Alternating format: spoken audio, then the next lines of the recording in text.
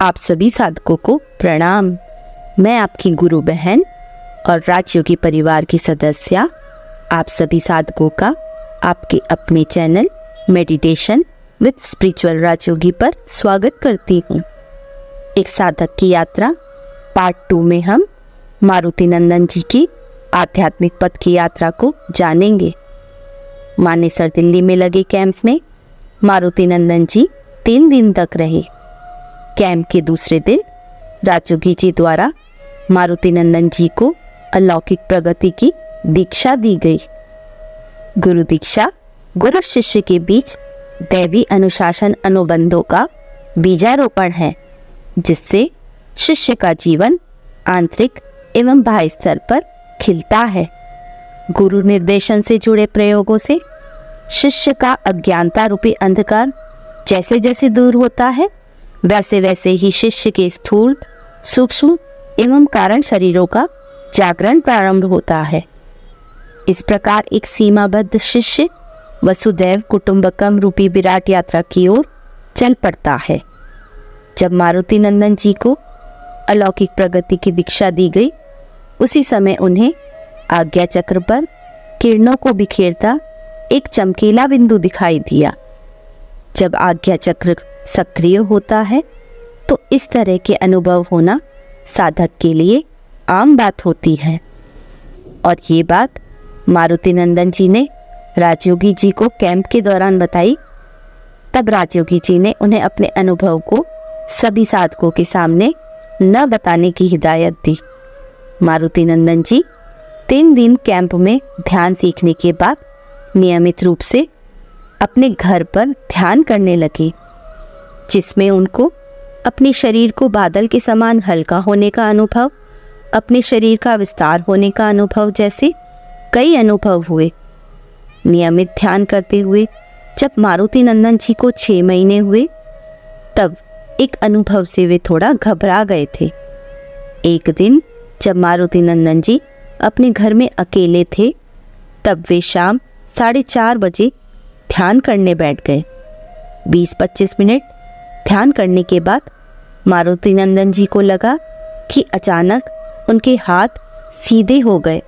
वह रीढ़ की हड्डी जो कुछ झुकी हुई थी, वह भी अचानक सीधी हो गई। उनके पैर सुन्न होने लगे। वह धीरे धीरे करके लगभग गर्दन तक पूरा शरीर जड़ हो गया। इस अवस्था में वे अपने शरीर की एक उंगली भी हिला नहीं पा रहे थे। इसी अवस्था में अचानक उनका ध्यान स्वयं के आज्ञा चक्र पर गया, जहां उन्हें एक काला बिंदु दिखाई दिया। फिर उन्होंने अपनी हृदय की धड़कन व सांसों को भी बंद पाया और घबराकर सोचने लगे कि यह उनके साथ क्या हो रहा है। स्थूल शरीर का अनुभव होते ही कुछ ही क्षण में उनका शरीर फिर से सामान्य हो गया। ये अनुभव था शरीर के जड़ होने का अनुभव। ऐसे ही बहुत से अनुभव थे जो मारुति नंदन जी को उनकी ध्यान की 15 से 20 वर्षों की यात्रा में हुए। वे इतने अच्छे ध्यानी साधक थे कि आनंद व शांति को हर समय महसूस करते थे। वे कई बार कार ड्राइव करते हुए भी ध्यान कर लिया करते थे। मारुति नंदन जी से जब मेरी फ़ोन पर बात हुई, तब मेरा उनसे यह सवाल था कि इतनी अच्छी यात्रा होने के बाद भी वे ध्यान में प्रगति क्यों नहीं कर पाए।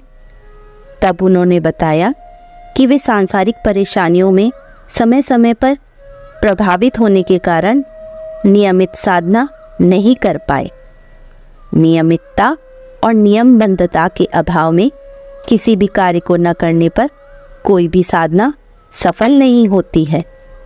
राजयोगी जी इस बारे में बताते हुए कहते हैं कि यदि कोई साधक एक दिन ध्यान अभ्यास नहीं करता, तो 3 दिन जो ध्यान का स्तर प्राप्त हुआ है उससे पीछे चला जाता है।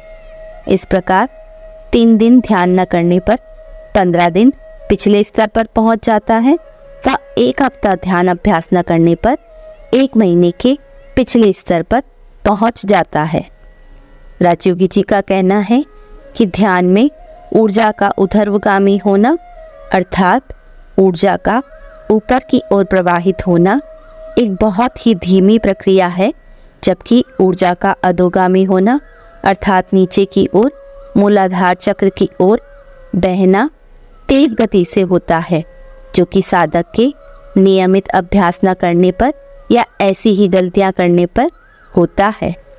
मारुति नंदन जी अपनी इंद्रियों को पूरी तरह से अनुशासित नहीं कर पाए। उन्होंने मन की सभी बाहर जाने वाली किरणों को एकत्रित नहीं किया।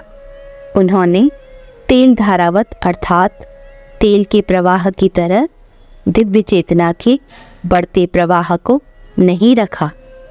एक साधक को स्वयं को ध्यान से देखना होगा कि कई वर्षों की साधना के बाद भी वे आध्यात्मिक पद पर स्थिर हैं या प्रगति कर रहे हैं। कभी कभी आप नीचे की ओर भी जा सकते हैं यदि आप सतर्क और सावधान नहीं हैं। जिस प्रकार मूर्खतापूर्ण 2 खरगोशों के पीछे भागने वाला उनमें से किसी एक को भी नहीं पकड़ पाता, उसी प्रकार 2 परस्पर विरोधी विचारों के पीछे भागने वाले ध्यानी साधक को दोनों में से किसी एक में भी सफलता नहीं मिलती। यदि साधक के मन में 10 मिनट तक दिव्य विचार और फिर अगले 10 मिनट तक सांसारिक गतिविधियों से ओतप्रोत परस्पर विरोधी विचार आते हैं, तो वह दिव्य चेतना प्राप्त करने में सफल नहीं हो पाता।